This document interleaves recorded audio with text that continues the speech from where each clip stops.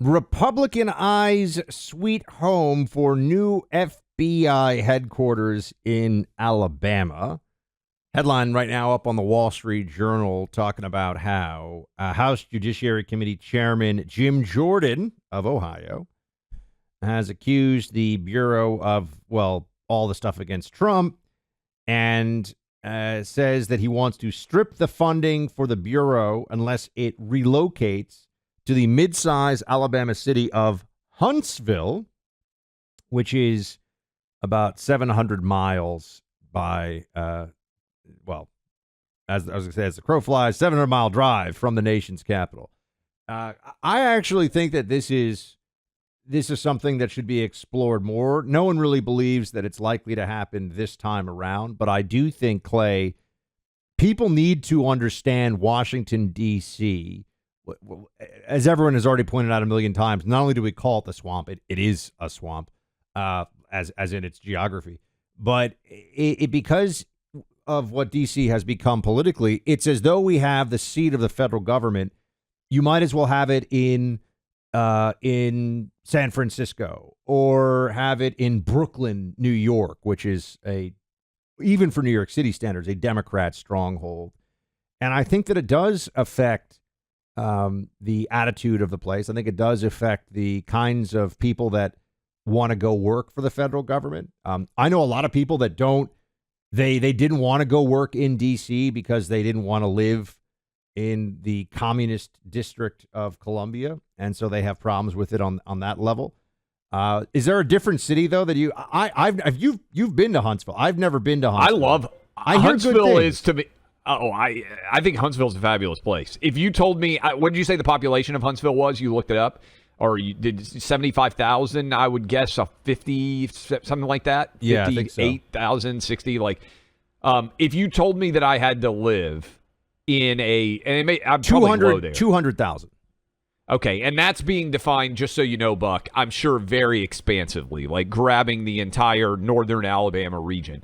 If you told me that I had to live in a city with under 250,000 people in it, Huntsville, Alabama would be near the very top of my list. And I'm saying that I don't even know if we're on in Huntsville. If we're on in Huntsville, I'm probably going to get blown up in a very positive way here. It's beautiful.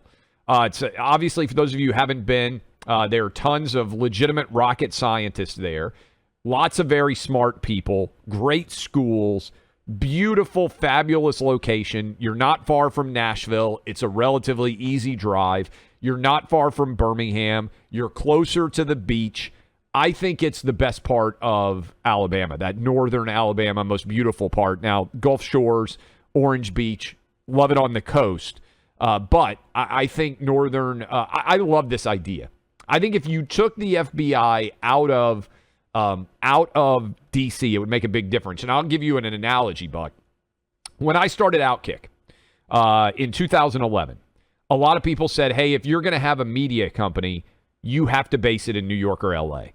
And the first several years that I had a media company and tried to run it from Nashville, people would say you're never going to be taken seriously as a media company if you're based in Nashville. I think the reason that I stayed in Nashville and didn't go to New York or L.A. is why I had success. Because I was writing for people primarily in the Big Ten and the SEC and the Big 12, so-called flyover country.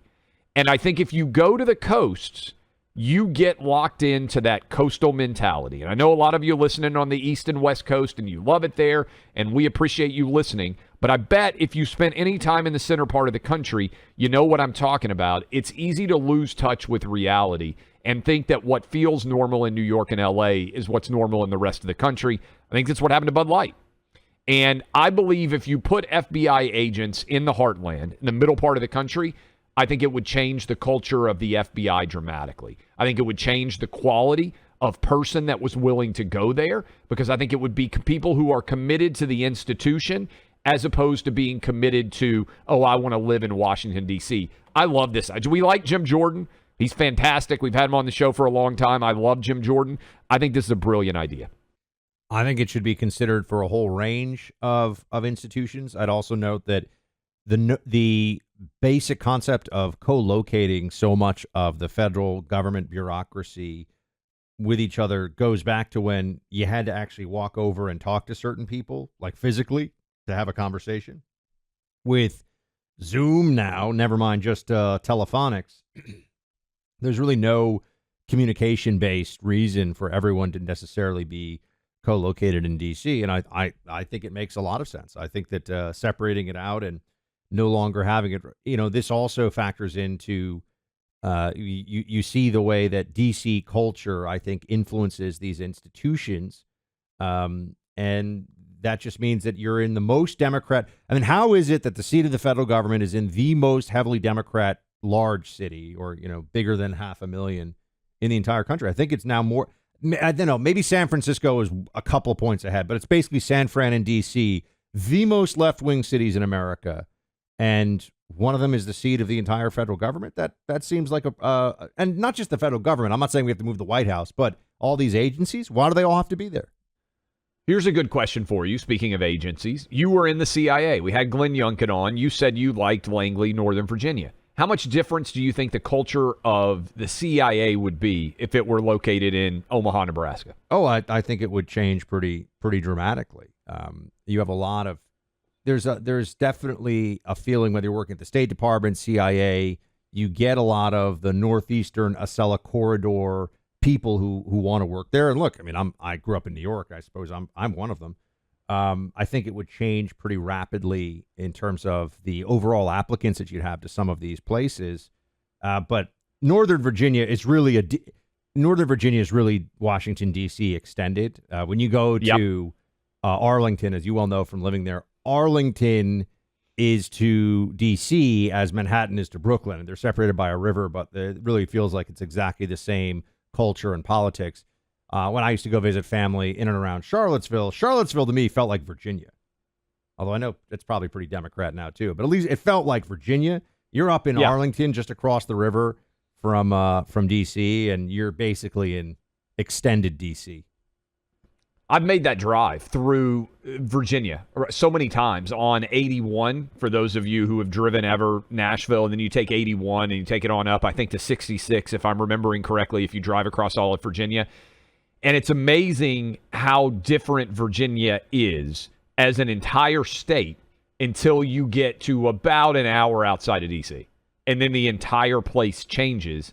And you can see why the battle for winning in Virginia is limit the Northern Virginia loss, right? How much are you going to lose in that highly populated area? Run up huge margins everywhere else. A bunch of you letting us know. We are on in Huntsville, Alabama, Buck. So shout out WBHPAM. That is our affiliate in Huntsville. I bet we have a monster audience in Huntsville, Alabama. So it's a fabulous town. I'm in favor of, let's put that on the front page if the Huntsville still has a newspaper, because I think they stopped printing pretty much every newspaper in Alabama. Put that on the front page. Clay and Buck endorse FBI moving to Huntsville, Alabama. Hope the folks of Huntsville want the FBI to move. They may not want the FBI based there, but anyway. Well, that could be. They may not want the Biden FBI. I don't want them in Nashville. I'll tell you that.